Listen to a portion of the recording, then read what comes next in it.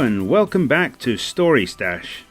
I'm your host Duncan, and these are some of my stories I've written. Today I'm reading from my book Ghost Whisperer, and this is chapter 25.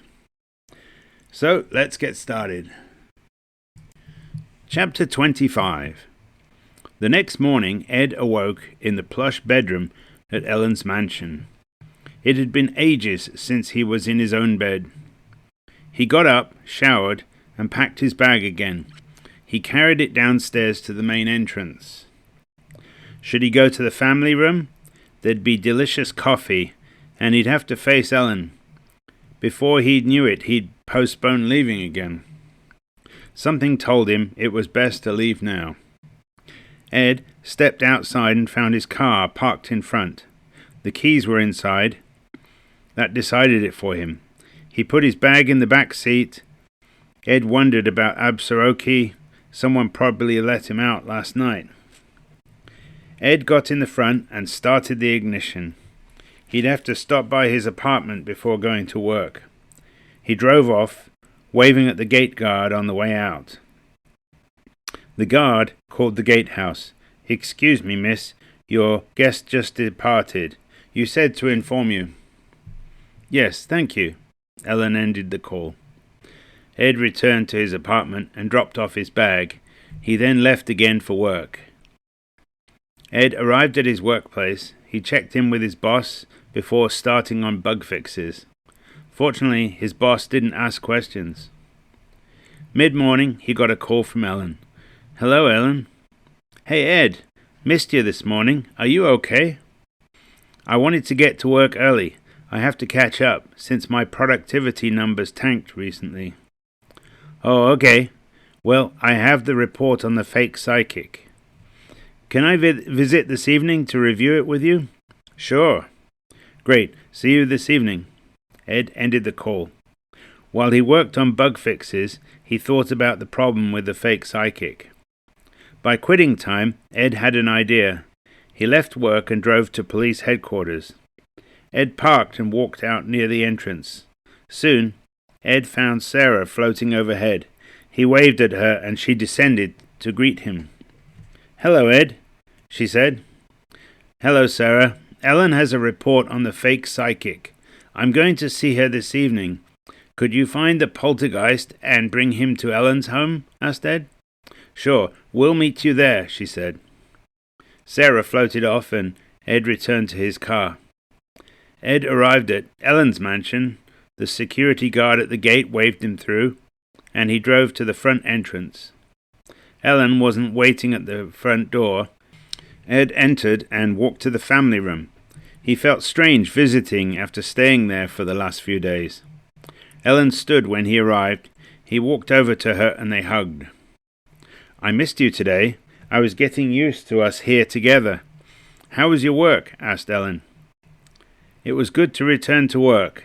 I'm worried I could lose my job with so many absences." "I'm glad you're back where you're happy," she said. "Thank you. I asked Sara and the poltergeist to visit.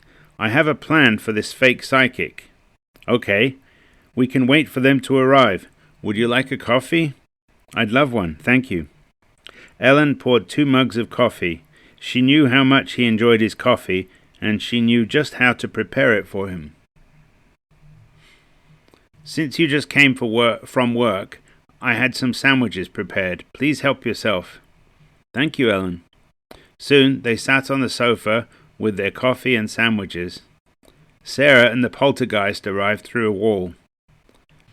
"Ellen, our guests have arrived," said Ed. "Okay, shall I read the report now?" asked Ellen. Ed nodded. "Sara, this is a report on the fake psychic." "Understood." Ellen read the report from her laptop. The report detailed how he cheated people of their money, pretending to be a psychic. He moved occasionally whenever people got suspicious. "So, he's a piece of work," said Sara. "Exactly," said Ed. Sara said he's a piece of work. "So, you have a plan, Ed?" asked Ellen. "Yes. Sara, can you escort the poltergeist to visit this guy Selig? If the psychic uses tarot cards or a Ouija board, he can mess with it. During readings or seances, he can throw objects at the psychic. Our poltergeist is to have fun. Sure, we can do that. Can we see a picture of him and his address, please? Ellen put up a photo of Guy Selig and also showed his address. She even pulled it up on Google Maps for them. Thank you. You know, as a ghost, we don't have notebooks, so we have to use our memory, said Sara. Ed, I think you should talk with the widow, or she'll find another psychic, said Ellen. Good idea. Agreed. And Sara agrees with you. I'll fit her in tomorrow. I can text you her contact info. Thanks. Can you print me a copy of the report without the cover page? Asked Ed. Sure, it'll be ready in a couple of minutes. Ed, we can leave now, unless you have something else to share, asked Sara. No, that's all we had. Thanks for coming by. Have fun torturing the psychic. The two ghosts disappeared. They've gone. Good. Ellen closed her laptop and leaned over and kissed Ed. A while later, Ed left Ellen's mansion and drove home. He wondered what he'd say to the widow to convince her the psychic was fake. He didn't want to claim to be a psychic himself. The scenarios he envisioned didn't work. On the way home, Ed stopped at the local grocery store and picked up some cream and fresh roasted coffee beans. After the delicious coffee from Ellen, he felt nothing would compare. Ed returned to his apartment and put the cream away in the fridge. He was all set for tomorrow's coffee. Then he got ready for bed. Next morning, Ed woke up in his apartment. He was relieved to be home again. He showered, dressed, and got a coffee. Ed sat on the sofa and picked up his book. No matter how he tried, he couldn't get beyond chapter 1. His life was too busy. He put the book down and sipped his coffee. It wasn't as good as Ellen's. Ed's phone rang. He didn't recognize the number. The caller ID said Seattle Central College. Ed picked up his phone and answered the call. Hello, this is Ed. Is that Ed Tanner, the medicine man? Yes, that's me. Who is this? Asked Ed. I'm Bob Wilkins. I'm deputy principal at Seattle Central College. I was told you might help me. Good morning, Bob. What sort of help do you need? Well, this is rather embarrassing. We have a ghost problem. One of our classrooms is haunted. Yes, that sounds like a problem. I have work today, and I have an appointment to see someone this evening. Perhaps I can meet you at the college tomorrow evening. Okay, said Bob. He gave directions where to meet. See you tomorrow, Bob. Ed ended the call.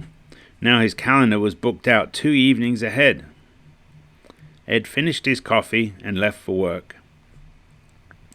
Ed arrived at work. He said hello to his co-worker Blake before diving into work on software bug fixes. He got through lots of issues. In the early afternoon, Ed called the widow, Catherine Clark. Hello? Catherine Clark. My name is Ed Tanner. Would it be okay to stop by this evening? I need to discuss an urgent matter with you. What urgent matter? I'd rather not discuss it on the phone, which is why I'd like to talk with you in person. After confirming her address, Ed ended the call.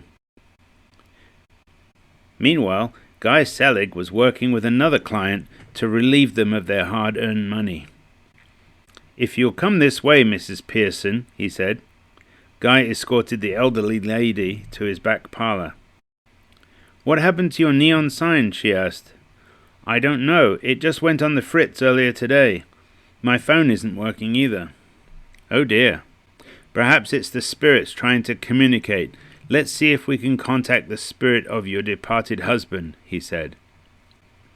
Guy had a Ouija board on the table to receive messages from beyond the grave. Actually, it was child's play to move the pointer wherever he wanted and spell out a suitable message. Now, gently place your finger on the pointer and we'll begin, he said. Are there spirits present who wish to communicate with us? The lights in the room flickered. Guy looked up, surprised. He hadn't done that, but it was perfect timing. Guy pushed the pointer to yes, then returned it to the middle, something he'd done so many times before. "We're fortunate. Someone wants to talk to us. Please share your message with us." Guy had a message prepared, something to lure the client into paying more money. When he tried to push the pointer, it wouldn't move. Then it moved a different direction. Guy looked up at the old lady. She only had her finger lightly on the pointer. Nobody else was there. The pointer stopped on F. Then it moved to A. Guy was in a state of panic. He tried to move the pointer, but it wouldn't go where he wanted it to move. If he were to grab hold of it with both hands and use brute strength, his client would suspect something. The pointer stopped on K. Guy could predict the next letter, but couldn't prevent it. The pointer stopped on E. "That spells fake," said Mrs. Pearson. Both Guy and Mrs. Pearson took their hands off the pointer. Without their touching it, the pointer moved to yes. "The spirits can be rather playful. I'm sorry this isn't working." Guy tried to grab the pointer, but it moved out of his reach as if taunting him. "It looks like your Ouija board doesn't like you," said Mrs. Pearson. Guy made another grab for the pointer. He failed again. "Perhaps I should return another time," she asked. The pointer moved to stop on no. "Or perhaps not. I didn't come here for this." Mrs. Pearson stood and moved towards the exit. "Please wait. I can sort this out. Even the spirits think you're fake.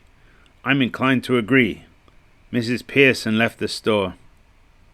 Shortly after, the neon sign fell from the window and shattered on the floor.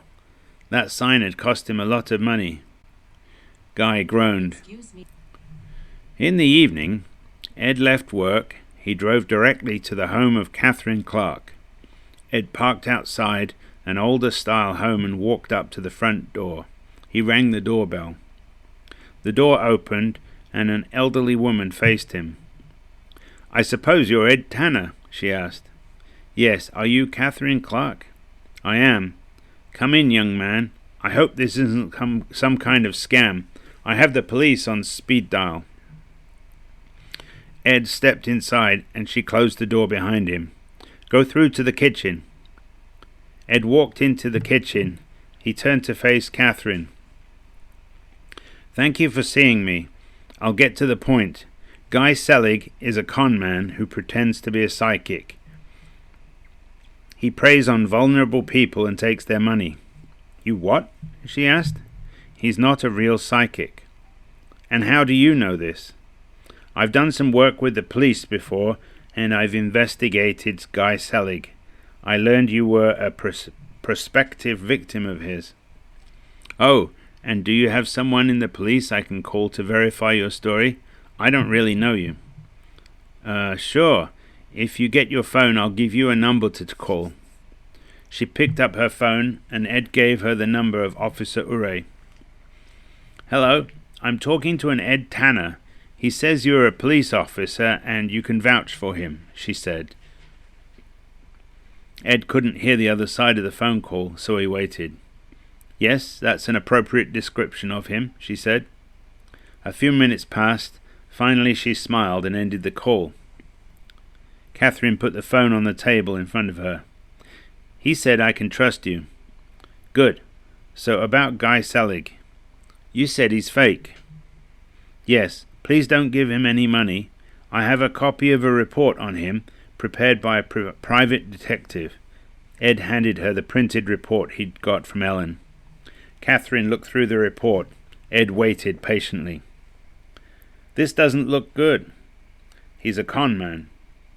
"What do you want me to do?" "Cut off communication with him. If he asks for money, ask him to tell you your PIN number. I'm guessing you and your late husband shared the same number." "You're right. The number had special meaning for us." "If he's in contact with your late husband, he should be able to get it on the first guess." "All right, I'll do that. she said. "Thank you." Ed stood up, ready to leave. "If you're right, then I should thank you." Catherine escorted Ed to the front door. Ed returned to his car and drove home. That evening, Guy sat at the table in his parlour. He was near to tears. Books and papers and things littered the floor. Since his meeting with Mrs. Pearson, things had gotten worse. All his possessions had flown off of their shelves. Many of them flew right at him. Several items hit him. At first he thought it was some cruel joke played by a competitor. He searched for strings or mechanisms that could launch items into the air. He studied the Ouija board, looking for signs it was tampered with, but found nothing. Without a working phone, he couldn't call his clients to arrange appointments. When he tried to pick items up off the floor, they'd fall down again. Then the front door opened, ringing the bell. In walked Mrs. Clark. "Oh my, Mr. Selig, are you spring cleaning?" she asked. "The spirits were being rather playful today. I've seen nothing like this before." "So I see. I hope you get cleaned up soon. I just stopped by to ask you a question." "Oh yes?" "I met someone today who said you were a fake. They said I should test you." "They did, huh?" "Yes, Mr. Selig. I want you to contact my late husband. Ask him what is my PIN number. You get one chance to tell me the number or I'm leaving." This got his attention. His research had her pegged as a whale.